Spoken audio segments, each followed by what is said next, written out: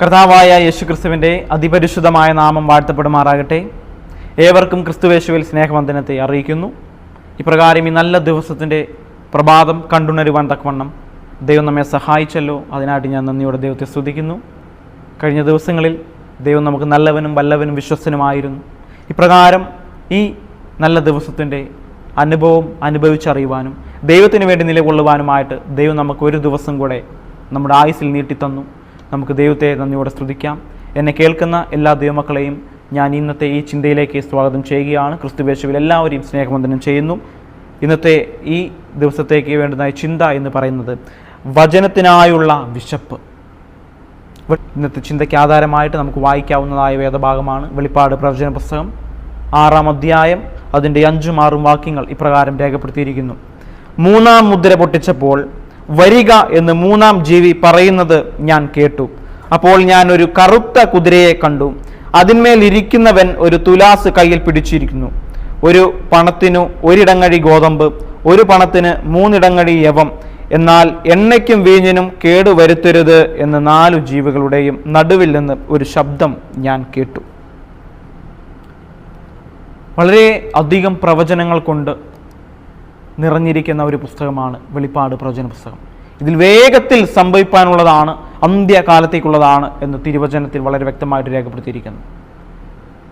ഇത് യഥാർത്ഥത്തിൽ നാം മനസ്സിലാക്കിക്കൊണ്ട് നാം അതിനനുസരിച്ച് ജീവിക്കുന്നവരായി തീരുവാനാണ് ദൈവം ആഗ്രഹിക്കുന്നത്. കർത്താവിൻ്റെ വരവ് ഏറ്റവും ആസന്നമായിരിക്കുന്ന സമയത്ത് നാം വിശ്വാസത്തിൽ വേരൂന്നിക്കൊണ്ട് ക്രിസ്തുവിൽ വസിച്ചുകൊണ്ടുള്ള ജീവിതം നാം നയിക്കുക. ഇവിടെ 3-ാമത്തെ മുദ്ര പൊട്ടിക്കുന്ന സമയത്ത് യോഹന്നാന്റെ ദർശനം എന്ന് പറയുന്നത് ലോകത്തിലെ ആത്മീയ വിശപ്പിൻ്റെയും പണപ്പെരുപ്പത്തിൻ്റെയും സമയത്തെ അവിടെ വെളിപ്പെടുത്തുന്നു. ഒരു തുലാസ് കയ്യിൽ പിടിച്ചുകൊണ്ട് ഒരു കറുത്ത കുതിരയോടുകൂടി ഇത് ആരംഭിക്കുന്നു എന്ന് കാണുവാൻ കഴിയുന്നു. അവൻ അല്ലെങ്കിൽ കണ്ട ആ ആദ്യ കുതിര എങ്ങനെയായിരുന്നു? വെള്ള നിറം ആയിരുന്നു എന്ന് കാണുവാൻ കഴിയുന്നു. അത് ആകാശത്തിന് കീഴിലുള്ള എല്ലാ സൃഷ്ടികളിലേക്കും നിർമ്മലമായ സുവിശേഷം എത്തിക്കുന്ന സമ്പന്നമായ സഭാചരിത്രത്തിൻ്റെ ഒരു കാലഘട്ടത്തെ, ഒരു നീണ്ട കാലഘട്ടത്തെ പ്രതിനിധീകരിക്കുന്നതായിട്ട് വിശുദ്ധ വേദപുസ്തകം ഭേദപ്പെടുത്തുന്നു. കൊലോസ്യർക്ക് ലേഖനം 1-ാം അധ്യായം 23-ാം വാക്യം നമ്മൾ വായിക്കുമ്പോൾ കാണുന്നു. എന്തിനാണ് ഇപ്പോൾ ഒരു കറുത്ത കുതിരയെ ഇവിടെ കാണിച്ചിരിക്കുന്നത്? ഇവിടെ നാം ചിന്തിക്കുമ്പോൾ ആദ്യത്തെ ആ ഒരു നൂറ്റാണ്ട് വളരെ സമ്പൽ സമൃദ്ധിയോടെ ദൈവത്തിൻ്റെ മാറ്റമില്ലാത്ത വചനം ശക്തിയോടെ പ്രഘോഷിപ്പിച്ച ഒരു കാലഘട്ടമായിരുന്നു എന്ന് കാണുവാൻ കഴിയുന്നു. എന്നാൽ അതിനിടയിൽ വ്യാജ ഉപദേശങ്ങളും ദുരാചാരങ്ങളും പഠിപ്പിക്കുന്ന ഒരു കൂട്ടം ആളുകൾ സഭയിൽ കടന്നുകൂടി എന്ന് കാണുവാൻ കഴിയുന്നു. വ്യാജ ഉപദേശങ്ങൾ അതുപോലെ കറപ്പെടുത്തുകയും സഭ അവ പഠിപ്പിക്കുകയും ചെയ്യുന്ന ഒരു കാലഘട്ടത്തെ സൂചിപ്പിക്കുന്നതിന് വേണ്ടിയാണ് ഈ കറുപ്പ് കാണിച്ചിരിക്കുന്നത് എന്ന് കാണുന്നു.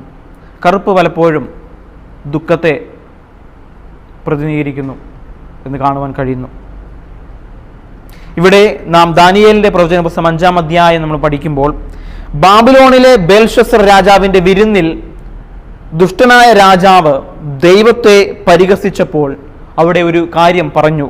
27-ാമത്തെ വാക്യം ദാനിയേലിന്റെ പ്രവചന പുസ്തകം 5-ാം അധ്യായം 27-ാം വാക്യത്തിൽ, നിന്നെ തുലാസിൽ തൂക്കി കുറവുള്ളവനായി കണ്ടിരിക്കുന്നു എന്ന് ഈ രാജാവിന് കൊടുത്ത ദൂതനെയാണ് സാധനങ്ങൾ തൂക്കി നോക്കുവാനുള്ള തുലാസ് സൂചിപ്പിക്കുന്നത് എന്ന് കാണുവാൻ കഴിയുന്നു. അന്ധകാര യുഗത്തിൻ്റെ ആരംഭ കാലത്ത് AD 313 മുതൽ 538 വരെയുള്ളതായ ആ ഒരു നീണ്ട കാലഘട്ടം സഭ ബൈബിൾ സത്യങ്ങളെ അടിച്ചമർത്തുകയും സത്യത്തെ അടിച്ചമർത്തുകയും അതുകൊണ്ട് ഒരു കറുത്ത കുതിരയാൽ അത് പ്രതീകപ്പെടുത്തുന്നതായിട്ടും കാണുവാൻ കഴിയുന്നു. സത്യം എന്താണ് എന്ന് സഭ എന്താണ് അടിച്ചമർത്തി സത്യം ആരിലേക്കും എത്തിക്കാതിരിക്കുന്നതിന് വേണ്ടി വളരെ ഒരു പ്രയാസം നിറഞ്ഞ കാലഘട്ടത്തിലൂടെ സഭയെ കടത്തിവിട്ട ഒരു കാലഘട്ടമായിരുന്നു അത് എന്ന് കാണുവാൻ കഴിയുന്നു. ഇവിടെ ഈ ദർശനത്തിൽ ഒരു ശബ്ദം പ്രഖ്യാപിക്കുന്നത് ഇപ്രകാരമാണ്. വെളിപ്പാട് 6:6 1 പണത്തിന് 1 ഇടങ്ങഴി ഗോതമ്പ്, 1 പണത്തിന് 3 ഇടങ്ങഴി യവം എന്നാണ്. ദർശനത്തിൽ ഒരു ശബ്ദം പ്രഖ്യാപിക്കുന്നത് ഇപ്രകാരമായിരുന്നു. 1 പണത്തിന് 1 ഇടങ്ങഴി ഗോതമ്പ്, 1 പണത്തിന് 3 ഇടങ്ങഴി യവം എന്നാണ്. വെളിപ്പാട് പുസ്തകം 6-ാം അധ്യായം 6-ാം വാക്യത്തിൽ നമുക്ക് കാണുവാൻ കഴിയുന്നു. ഒരു ദിനാറീസ് ഒരു ദിവസത്തെ കൂലിക്ക് അല്ലെങ്കിൽ വേതനത്തിന് തുല്യം എന്ന് കാണുന്നു. അതുപോലെ ഒരിടങ്ങഴി ഗോതമ്പ് ഏകദേശം ഒരു വ്യക്തിക്ക് ഒരു ദിവസം മുഴുവനും ഭക്ഷിക്കുവാൻ കഴിയുന്ന ഒരു അളവിനെ സൂചിപ്പിക്കുന്നു.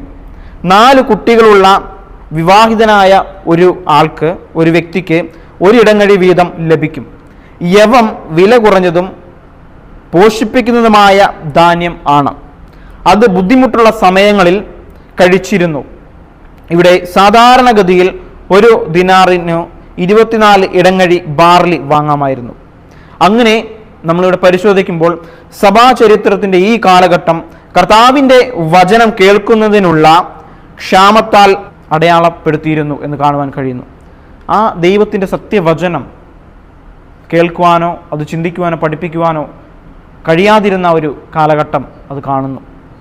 എന്നാൽ അതിലുമുപരിയായിട്ട് എന്താണെന്ന് വെച്ചാൽ ആത്മീയ ശക്തി പ്രദാനം ചെയ്യുന്നതിനായി ദൈവത്തിൽ നിന്നുള്ള ദാനങ്ങളെ പ്രതിനിധീകരിക്കുന്ന എണ്ണയും വീഞ്ഞും ഈ സമയത്ത് ഒരു കാരണവശാലും എടുത്ത് മാറ്റിയില്ല. അതിന് പ്രത്യേകം ഒരു ഉത്തരവുണ്ടായിരുന്നെന്ന് കാണുവാൻ കഴിയുന്നു. ഒരു പണത്തിന് 3 ഇടങ്ങഴി യവം, എന്നാൽ എണ്ണയ്ക്കും വീഞ്ഞിനും കേട് വരുത്തരുത് എന്ന് 4 ജീവികളുടെയും നടുവിൽ നിന്ന് ഒരു ശബ്ദം കേട്ടു എന്ന് നമുക്ക് കാണുവാൻ കഴിയുന്നു. അപ്രകാരം സഭ അതിൻ്റെ നല്ല കാലത്തിലൂടെ കടന്നുപോയ ചരിത്രമുണ്ട്. എന്നാൽ വളരെയധികം മോശപ്പെട്ട് അന്ധകാര യുഗത്തിലൂടെ കടന്നുപോയതായ ചരിത്രമുണ്ട്. എന്നാൽ ആ കാലഘട്ടത്തിലൊക്കെയും ദൈവത്തിൻ്റെ വചനം ഒരിക്കലും നശിച്ചു പോകാൻ ഇടവരാതെ ചില വ്യക്തികളിലൂടെ ഈ നാൾ വരെയും കൊണ്ടെത്തിച്ചിരിക്കുന്നു. ഒരിക്കലും കേടുവരാത്തതും ഒരിക്കലും നശിച്ചു പോകാത്തതുമായ ദൈവത്തിൻ്റെ നിത്യവചനം എന്നേക്കും ഉള്ളതാണ് എന്ന് നമ്മൾ മനസ്സിലാക്കുക. അതിനോട് ആരെങ്കിലും എന്ത് കൂട്ടിയാലോ കുറച്ചാലോ അവർക്ക് ജീവവൃക്ഷത്തിൽ ഉള്ളതായ അധികാരം നഷ്ടപ്പെട്ടു പോകും.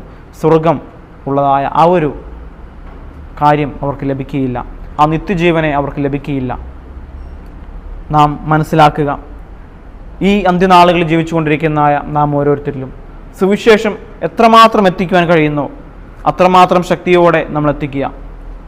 നിനക്ക് കഴിയുന്നത് നീ ശക്തിയോടെ ചെയ്യുവാൻ തക്കവണ്ണം ആവശ്യപ്പെട്ടിരിക്കുന്നു. നമ്മെ ഓരോരുത്തരെയും വിളിച്ചിരിക്കുന്നത് ദൈവത്തിൻ്റെ സ്നേഹത്തെ, സത്യവചനത്തെ മറ്റുള്ളവരിലേക്ക് പ്രഘോഷിക്കുന്നതിന് വേണ്ടിയാണ്. അങ്ങനെ ഈ അന്ത്യനാളുകളിൽ ഒരുപാട് ആളുകളിലേക്ക് സത്യവചനം എത്തിക്കുവാനായിട്ട്, ആ വചനത്തിനായുള്ള വിശപ്പിന് വേണ്ടി ഒരുപാട് ആളുകൾ കാത്തിരിക്കുന്നുണ്ട്. അവരിലേക്ക് എത്തിക്കുവാൻ, ആ വചനം വിളമ്പുന്നതിന് വേണ്ടി നമ്മെ ഓരോരുത്തരും വിളിച്ചിരിക്കുകയാണ്. അതിനായിട്ട് ശക്തിയോടെ പോരാടുന്നവരുടെ കൂട്ടത്തിൽ നാം ഉൾപ്പെടുവാൻ വേണ്ടി, ആ ശക്തി ലഭിക്കുന്നതിന് വേണ്ടി നമ്മൾ പ്രാർത്ഥിക്കുക. ദൈവത്തിൻ്റെ ആത്മാവിനെ അയച്ചുകൊണ്ട്, പരിശുദ്ധാത്മാവിനെ നമ്മിൽ നൽകിക്കൊണ്ട് ആ വേല പൂർത്തീകരിക്കുന്നതിന് വേണ്ടി നമുക്കൊരുങ്ങാം. ദൈവം നമ്മെ എല്ലാവരെയും അനുഗ്രഹിക്കുമാറാവട്ടെ. നമുക്കൊരു നിമിഷം കണ്ണുകളടച്ച് പ്രാർത്ഥിക്കാം. ഞങ്ങളെ സ്നേഹിക്കുന്ന നല്ല ദൈവമേ, സ്വർഗ്ഗപിതാവേ, നല്ല സമയത്തിനായി സ്തോത്രം. അടിയങ്ങൾ കേൾപ്പിച്ച വചനത്തിനായി സ്തോത്രം കർത്താവേ.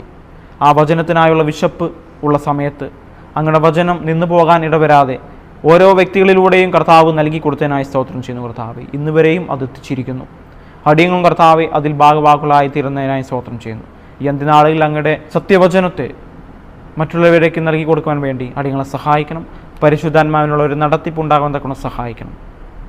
ഇന്ന് കർത്താവെ അടിയങ്ങളെ കേട്ട എല്ലാ ദൈവമക്കൾക്കായി പ്രാർത്ഥിക്കുന്നു. കർത്താവ് അവരിലും അങ്ങനെ ആത്മാവിനെ നൽകി കൊടുത്തുകൊണ്ട് ഈ സുവിശേഷ വേളയിൽ അംഗങ്ങളായി തീരുവാൻ തക്കണം അവരെയും സഹായിക്കണം. പ്രാർത്ഥന കേട്ട കൃപയ്ക്കായി സ്തോത്രം. യേശുവിൻ്റെ നാമത്തിൽ തന്നെ ആമേൻ. എല്ലാവർക്കും അനുഗ്രഹിക്കപ്പെട്ട ഒരു നല്ല ദിവസത്തിൻ്റെ ആശംസ നേർന്നുകൊള്ളുന്നു. ദൈവം നമ്മെല്ലാവരെയും അനുഗ്രഹിച്ചു കാക്കുമാറാവട്ടെ. ആമേൻ.